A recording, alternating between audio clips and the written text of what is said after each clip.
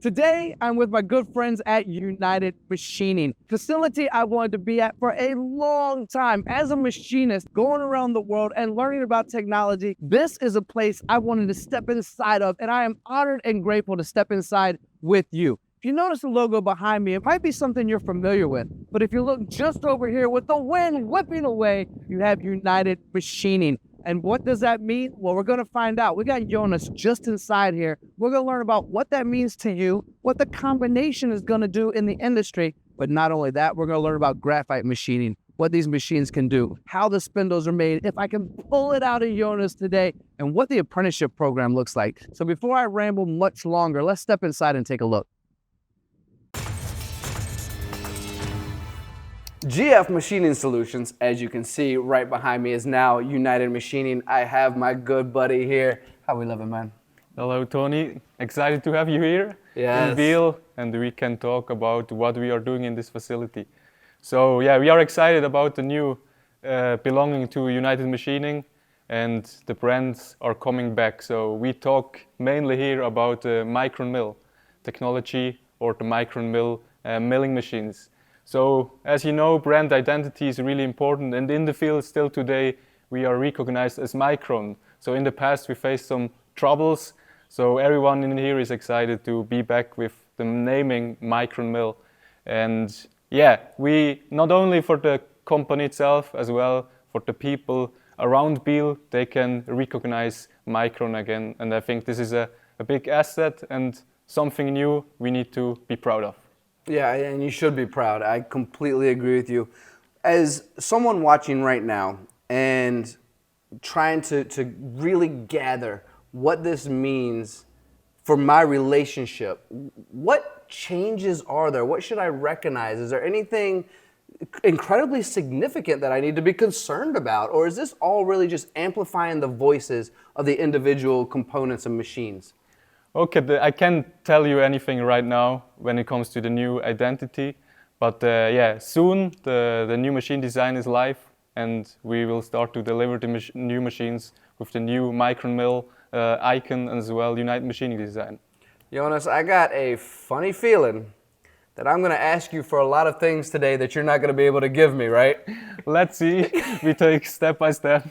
I am team audience. I'm trying to get them as much as I can because cameras have never been here. In fact, if you look around, there's no camera signs everywhere. And that's just another one of the gratitudes that I have. So let's head into the shop and learn more about the machines themselves. Can we? Let's step inside.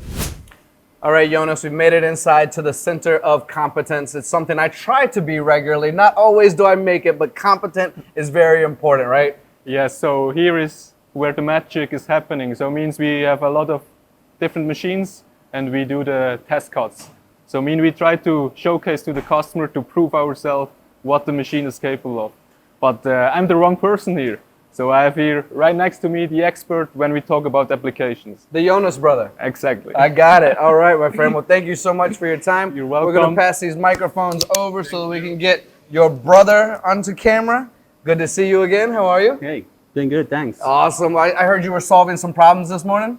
Yeah, we actually partly solved the problem, still working on, but yeah, we're making good progress. Well, if anybody can do it, I know it's you. Thank I mean, you. we've already turned the microphone over, so here we are. Great. All right, machines, the center of competence. I try to be competent. We're going to first talk about graphite. This graphite story is fascinating to me because years and years ago, 10, 15 years ago, dry, always dry. I saw machines getting destroyed, ripped apart, needing bearings replaced. All the guideways were just, you could hear it. Every time something moved, it was whining and crying. Then I saw a little bit of wet machining when it came to graphite, but it was more of your standard coolants. You taught me something today that I had to share with the audience watching because I think it educates them not only on what can be done in the world of graphite, but why they might want to invest in your machines. Yeah, I mean, we also learned, of course, the hard way, as you did. We used to cut graphite dry. Then this idea with using water-based coolants came up, and this was already a huge improvement in terms of dust extraction systems were no longer needed, but of course you still had that graphite in your machine. We were wondering why exactly this is happening. You know, why do I get longer lifetime when I use a flush coolant? And we figured out that basically the oil content is protecting the tool from the abrasive wear caused by the graphite. So obviously we then added more oil. So we are using today just cutting oil to cut graphite. And this gave us another huge leap in lifetime for the standard tools used in graphite machining. We could even use tools without any diamond coating for a certain time of period. The wear resistance is high enough to get, with a lower cost tool, the same qualities as you can get with a diamond coated tool. Or you take the diamond coated tool and you extend your lifetime very, significantly. Is it also true that if I have, I'm going to call it contamination, but is it also true that if I have remnants of the graphite in my oil and it's being used in machining, I'm actually it acts as a lubricant or a protectant when I'm machining to add to the tool life? Because in my head, I think I'm wearing down my tool, I'm remachining like I do if I'm not using the right speeds and feeds within a cut when I'm doing my steels or something like that. But you have learned that you actually get longer life to go along with the fact that the possibility of removing the diamond, as you've already mentioned. Yeah, that's absolutely true. That was a kind of a side effect of our hundreds and thousands of hours we were cutting graphite. In the first place, we struggled to get rid of all the graphite dust in the coolant and the coolant oil. So we had certain contamination, and we learned that the lifetime of the tool actually was higher when you have a certain contamination remaining in the coolant. Of course, we need to make sure that the machine components are protected, so we have to get rid of most of that dust. And that's what we do with, depending on the amount of graphite you machine, we do it with a centrifuge, or we do it with some belt filters combined with a centrifuge. So this was really a surprising side effect. Mm-hmm. But you can really see over here we have a little sample of the part we have shown during the cooperation. Are those my keys? Oh, mine. No, you guys, I made that joke because he already told me I'm never getting a set of keys. I'm going to try again and again. No, this is, as you have seen in Friesa, those demo parts, they just disappear, So I'm the only one with the key in here. You noticed that video, huh? Yeah, I did. Okay, here you can basically see, this is just a sample mold where we combined multi-material machining in a single machine in full automation mode. So that you don't need to have to clean the machine, you don't need to add a special filter system or whatever. So you cut steel, you cut copper for very nice EDM surface results, and you can cut graphite in different complexity in the same machine. So this is really the main advantage of that learning, basically, is that we can fully automatically load different materials and cut it in the same machine. So you don't need your special graphite milling machine because maybe you don't have enough graphite electrodes to manufacture.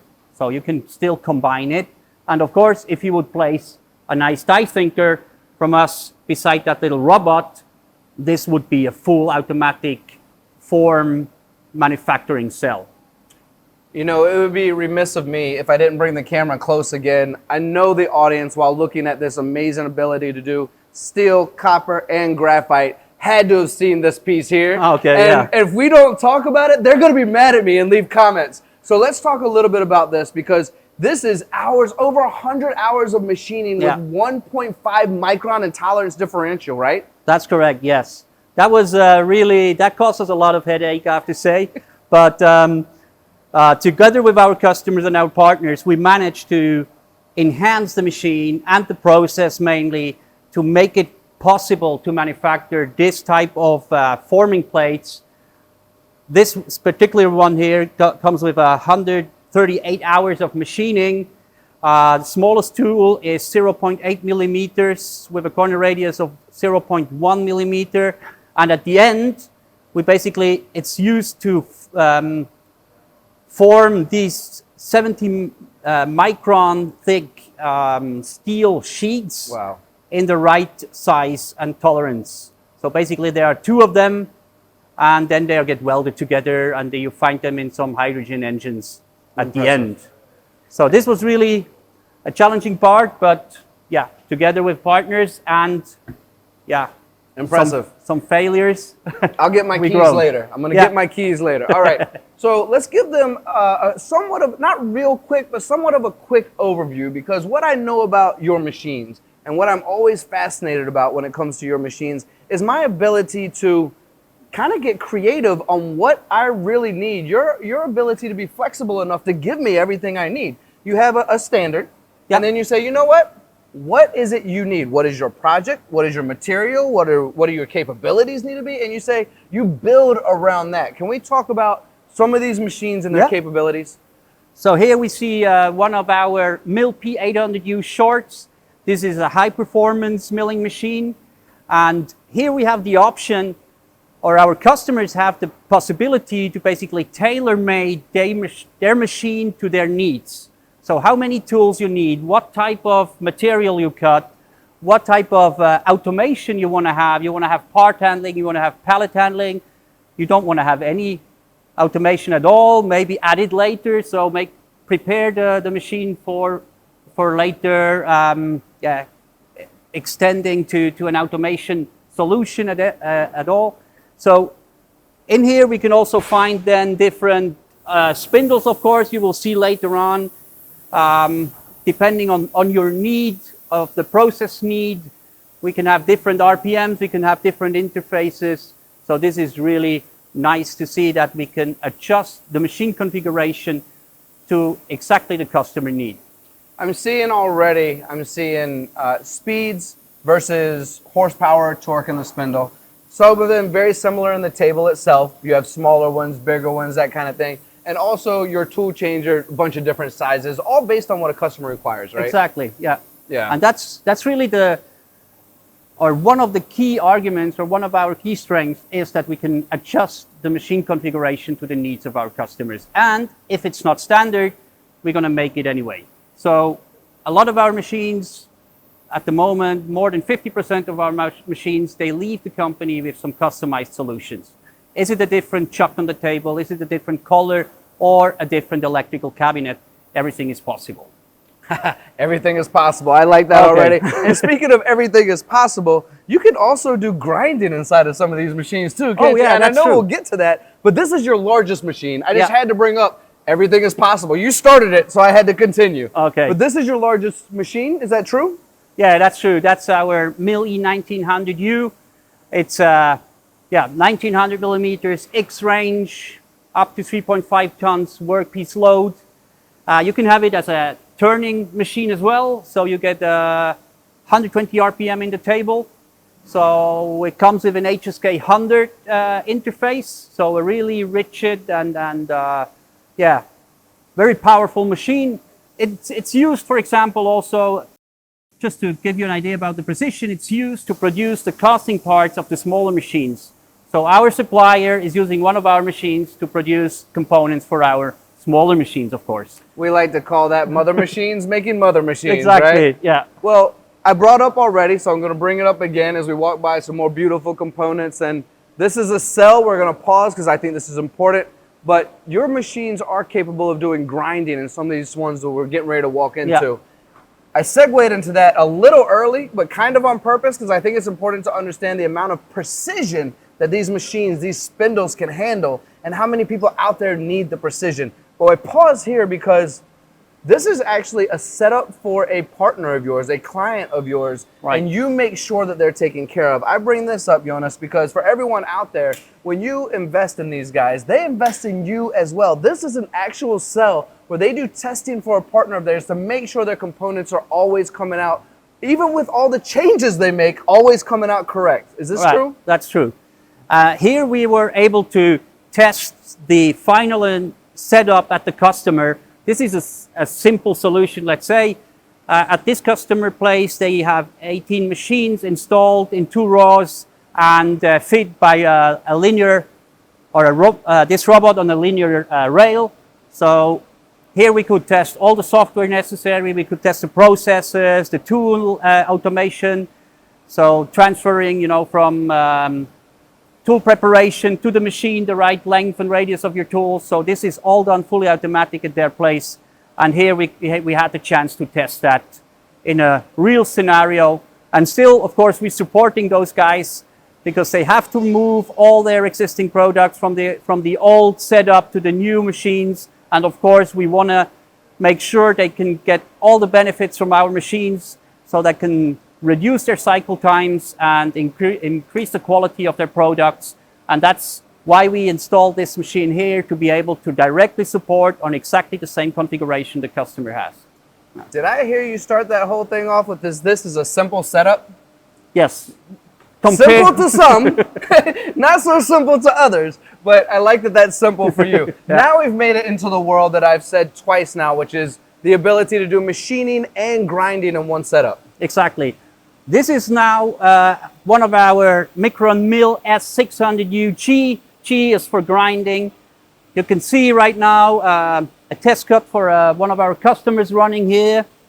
Daniel is our apprenticeship, and he started a year ago in my team, and he's doing this test cut now, a real customer test cut. So really proud of him on the progress he made the last year.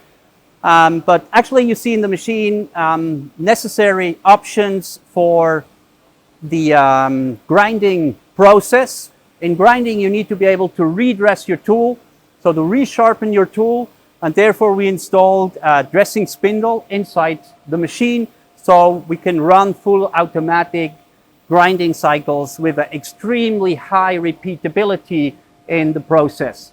So this is a really big step to add this option, because you can really combine milling and grinding in the same machine. Very often you have some features, some guiding holes, or some very hard materials you may not be able to machine in a very robust way in milling. So we switch to grinding. Usually takes a little more time, but this gives you a very stable and reliable process. Yeah, perfectly said. Quick pit stop here. You may have noticed we were gonna walk. I'm like, don't do that yet. Don't do that yet. This is your smallest machine, and something that I find beautiful. I know this is a lot in the watchmaking. You have a component in there right now that's not necessarily watchmaking, but what I find beautiful is this pallet change system. You have 14 pallets that have sneakily, if that's a word, sneakily been placed right inside here to add for full automation, which can be high mix, low volume, can be high volume, if you whatever you want it to be. But I find this to be a really intriguing part of what's going on with this, of your smallest machine. Yeah, basically on all our machines, we offer a very simple automation solution. This is usually, we call it a simple pallet changer. So you just exchange your fixture, you exchange your part, whatever, but this gives you, for very low money, gives you a high flexibility first, and also autonomy. So you can run the machine over your weekend, you can run blind shifts during the night. So without having a very complex automation, like a 6-axis robot, you have to teach, you have to maybe get the right grippers and all that stuff. It makes it more complex. But here you really simply just exchange some pallets, whatever type you prefer. Of course, we use Systems 3R. And then you can load your pallet and you can run your programs. Very simple. And this comes basically with all our machines. You will see behind they have a very simple automation solution. Jonas, you mentioned 3R. Yeah. Yeah. Let's talk about partners, the importance of partnerships. I see another cutting tool partner right here on this machine. I know you support them here within the facility. Yeah. I know RegoFix is a big partner of yours. If we look at all the holders right here, I see a lot of RegoFix. So let's talk about the importance of partnerships. Yeah, of course we need to work with partners, because manufacturing problems our customer face cannot be solved by the machine tool itself. It's always the surrounding, everything around needs to match the needs of the process, the match of the quality, or it needs to match the quality of your product to manufacture. And therefore you need the right cutters, you need the right tool holders, you also need the right programming system, the right coolant, and so on. So this is really important. And there we work with partners like Regofix, like Blaser, for example, or Fryza, of course. So you have seen that aiming device, you know, we just walked by before. This is a result of this cooperation, because the customers of Regofix, they face the same challenges as the customer of us, because they're the same. So, of course, when we work together and we are close, we exchange information, and then we can really, find the best package for the customer to solve his manufacturing problems.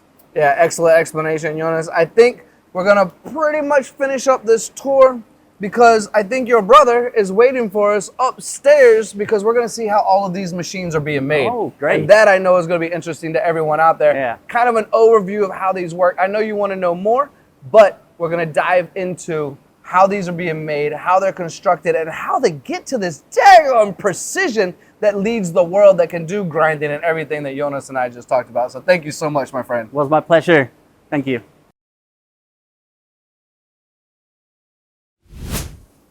All right, Jonas, we made it upstairs. It's good to see you again. Thank you for patiently waiting. Your brother did an excellent job describing the machines and their capabilities, but we have to know how they're built, how they're constructed. So important for the audience, because they want to know that it's going to last 20, 30, 40 years as they produce high processes within their facility. So we're starting here. Can you describe what's going on through this process? Yes, sure, Tony. Good to have you back. Thank you. I'm excited to showcase you how it's done and how we get to the end product. So you see here a good example. So we talk about the Mill PU series, and we have two different assembly approaches. So the bigger size machines, we always assemble on one spot, so we don't move the machine. We will see later on when it comes to the Mill S. And this machine, or the assembly line, is a floating line. So it means up here in the north is the beginning of the assembly, and in the south of the building we have the finished product or the machine. And what is the main difference between the two areas? Obviously one is shifting and one is stagnant, but at the opposite side, completed products. Yes, I mean, we talk about Mill PU line is with ball screw, so it's a more performant machine. You have higher torques. You have it's more an all-round machine, let's call it. And then you have the Mill S machine, which is really the DNN of Mikron Mill. So everyone knows from the past this iconic design. We will see in the next station here. Really nice for the operator to see the part moving. You have probably seen it before in the center of competence. So, and here we can see it in live. So the machine base is on rollers and it is moving from the north to the south. And how much space have you guys dedicated to this process? How big is this building? When we talk about the assembly production, it's 13,700 square meters, which is dedicated for the final assembly. So we will see we have some pre-assembly spots, and this is but then in the second floor. We will see later on. You're gonna show me, you're gonna let the, okay, hold on, my friend. You've never let cameras in here before, ever. And you're gonna show us some of those secrets? We will see what you get. I'm trying, my friends, I am trying. Let's head upstairs and see what it's all about. No zoom in. All right, Jonas, we made it upstairs. I want to talk to the audience real quick because you see a gray background. The reason for the gray background is because I keep begging Jonas to show all the details. We're going to show you a little bit, but we can't really get into those details. So we get the gray background today.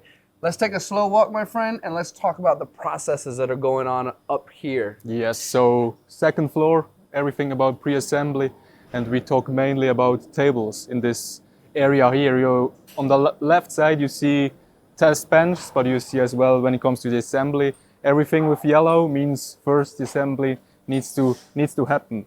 And in the test bench they test everything related to the table. So could be first geometry checks, but as well hydraulics, pneumatics. So we make sure the table is validated before it goes down then in the final assembly.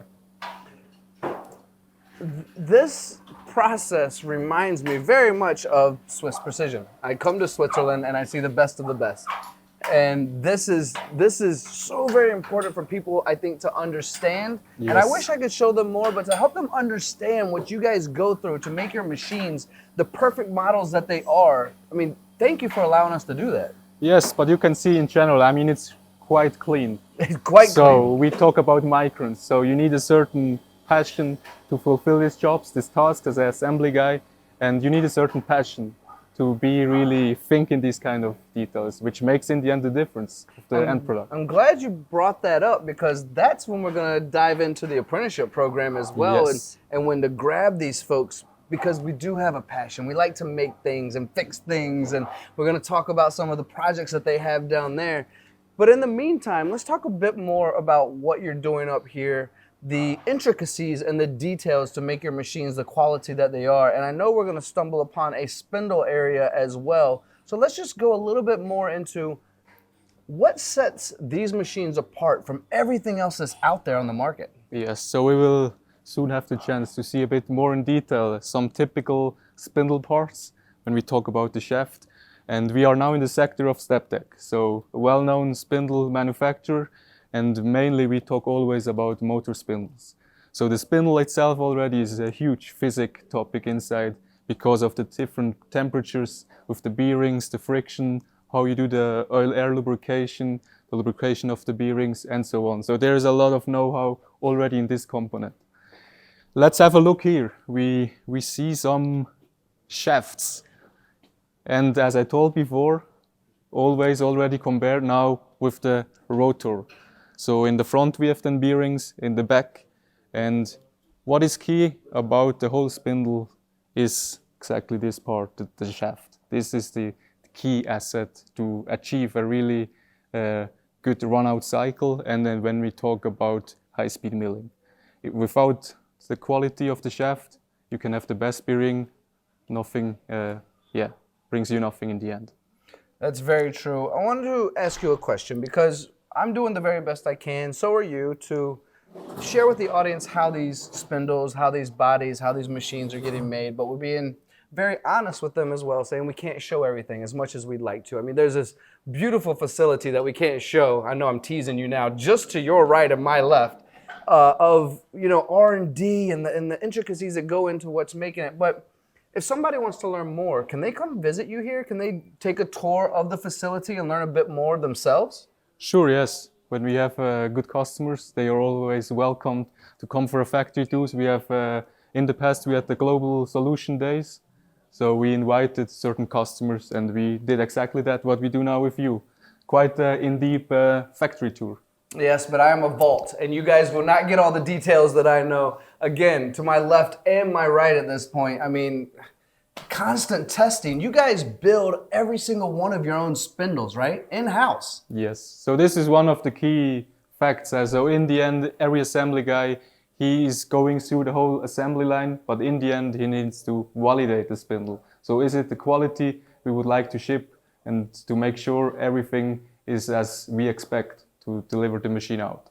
Yeah, I mean, don't even try to look over there. I would want you to, but we're not allowed. Let's head downstairs, take a look at a few of the machines and see how these are started. Yes, we go down in the final assembly line and have as well a short look into the spindle manufacturing. Jonas, back to another area that I can't show the details of, but I'm grateful because we at least get to see where things are being processed. And again, cameras have never been in here, so just to be here and show a piece of it is amazing. So Jonas, we've been talking about the precision and importance, the bearings, but if it's not, aligned correctly, if it's not ground to perfection, this is where the spindle will still have issues. You make them perfect. And this is the area, another area where that Swiss precision comes into play. Yeah, this is exactly the reason why we want to do this in-house. We want to have the control of the quality. We want to know the process to not spread the know-how outside. But Tony, I can't get you any more details here, so this is where we need to stop, sorry. That's it? That's all we get? I tried. I'm sorry. All right, let's go. Apprenticeships is what we're going to talk about next, right? Exactly. So apprenticeships in the U.S. is something we need to work on. And as a person who comes from the U.S., I try to advocate for it as regularly as possible. And I find that the Swiss and the Germans are very likely the best in the world when it comes to apprenticeships. So Jonas was very nice to say, let me introduce you to ours. We got about 40, I believe, running in and out on a regular basis. We were introduced to one apprentice who was running some tests already in his third year, so you were already putting them to work as well, and you got fun competitions for them to learn along the way. Yes, exactly. So yeah, we are really proud of, I think in general, the Swiss industry, they really work hard on that topic. So we have 6 different professions. We run the apprentice program. So we have from mechanic to automatician, drawer, but as well media, content stuff, as you do. And you see here, we are now here in the workshop. We have different machines they can work with. Yeah, they are now at lunch. This is why it's kind of empty. But we see as well here an old Mikron. Probably you find them still all over the world in several apprentice workshops. And as Tony told, they do some nice projects together. And it's not only about their profession, so they collaborate between the different departments. So means now with this specific project, in the first apprenticeship year, they worked on a race car. So the mechanic was in charge of the chassis, the electronical guy handled all the electronic components and so on. So it's kind of a nice project, and we try for sure to motivate them, and they get the feeling of this kind of passion we all share when it comes to Mikron, so they understand in which area we work and what are really the critical and sensitive parts we do here. And it sounds a lot like you're creating teamwork as well, which I think is important. When you're putting this together, you said we created teams. Some work in one area, some work in another area. And to be able to do that to the scale that we just walked through in this, enormous building, to be able to have teamwork, I think, is a core value, along with turning projects into something fun and something where we can find that value in life, right? Yes, and I think, it's as well to not lose grips already in the first apprenticeship years. So as you see, we have many different departments. It's from electronics, software. So in the end, this is the end in mind. With such a company, you need to share this kind of values and you need to work as a team. And this is our future. I mean, we need to take care of them, and we try to do our best in this case. Yeah, thank you for doing that. Thank you for the tour and allowing us to see as much as we can. Again, I reiterate, it's just over Jonas's shoulder. You see that sign that says no cameras. No cameras are allowed here, my friends, and we did the very best we could to show you as much as we can. We all know these machines. We see them everywhere, creating the highest precision products on the planet. We're trying to get you a bit more details on it. For now, do these still work? Can we take these outside and race them? Should we try? I think we should at least try. Let's go for it. This, my friends, is United Machining. And we are here at Mikron Mill.